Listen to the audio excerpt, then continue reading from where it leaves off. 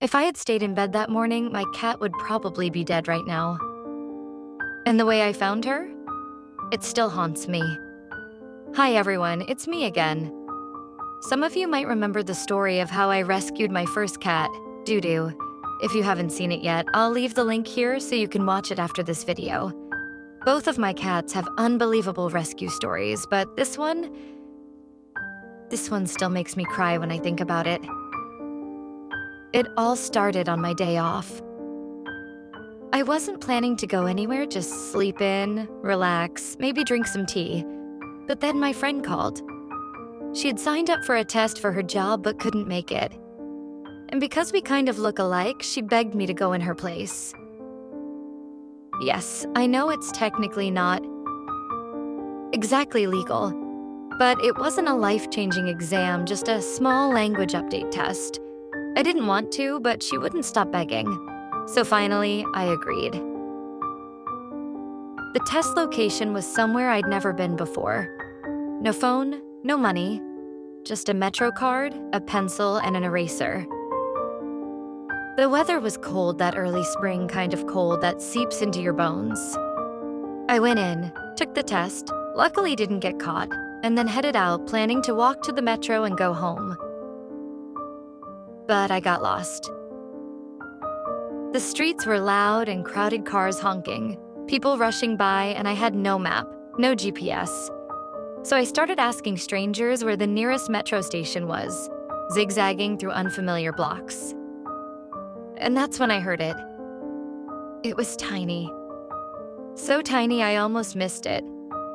At first I thought it was a bird, like a baby chick calling for its mother. But as I listened closer, I realized it wasn't a bird. I followed the sound through the noise of the street until I saw a cardboard box.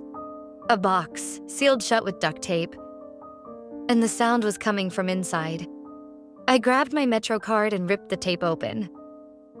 And what I saw froze me in place. Inside was a newborn kitten, her fur wet with blood, the umbilical cord still attached. She was shaking uncontrollably, her tiny voice crying out for a mother that wasn't there. I didn't think. I just started crying right there on the street. People were staring at me, but I didn't care. I scooped her up, tucked her inside my jacket, and held her against my chest to keep her warm. I knew instantly she was a girl. Tortoiseshell cats are almost always female. I ran through the streets until I finally found the Metro. On the way home, I passed a pet shop, but it was closed. That's when panic hit me. She needed milk, and I had nothing. The moment I got home, I jumped online, desperately searching for kitten formula. Luckily, I found a shop that delivered. Feeding her wasn't easy. She was so tiny, smaller than my hand. I was scared of hurting her. Her mouth, her tongue, even her fragile paws. And newborn kittens need more than just milk. They have to be fed every 3 hours, day and night. That meant I had to wake up in the middle of the night, over and over. I'm the kind of person who needs a solid 8 hours of sleep or I get headaches, so this was exhausting. After every feeding, I had to help her go to the bathroom because in nature, the mother cat licks them until they pee and poop. I had to gently use my hands or a warm wet towel to make her go. If I didn't, she could get seriously sick. It was constant. Feed her, stimulate her, keep her warm, repeat. And honestly, at first I thought I couldn't do it. I even considered giving her up for adoption once she was a month old, especially because Doo-Doo was so unhappy. My older cat, Doo-Doo, absolutely hated her. She hissed, ran, hid under the bed. Inside the closet, she refused to even look at me without glaring. And it broke my heart. I didn't want Doo-Doo to feel replaced or miserable. Luckily, the kitten was too small to run around. She lived in a basket. Sometimes Doo-Doo would cautiously sniff the blanket, hiss at me as if to say, "Don't push it," and then retreat. But over time, she started coming out more.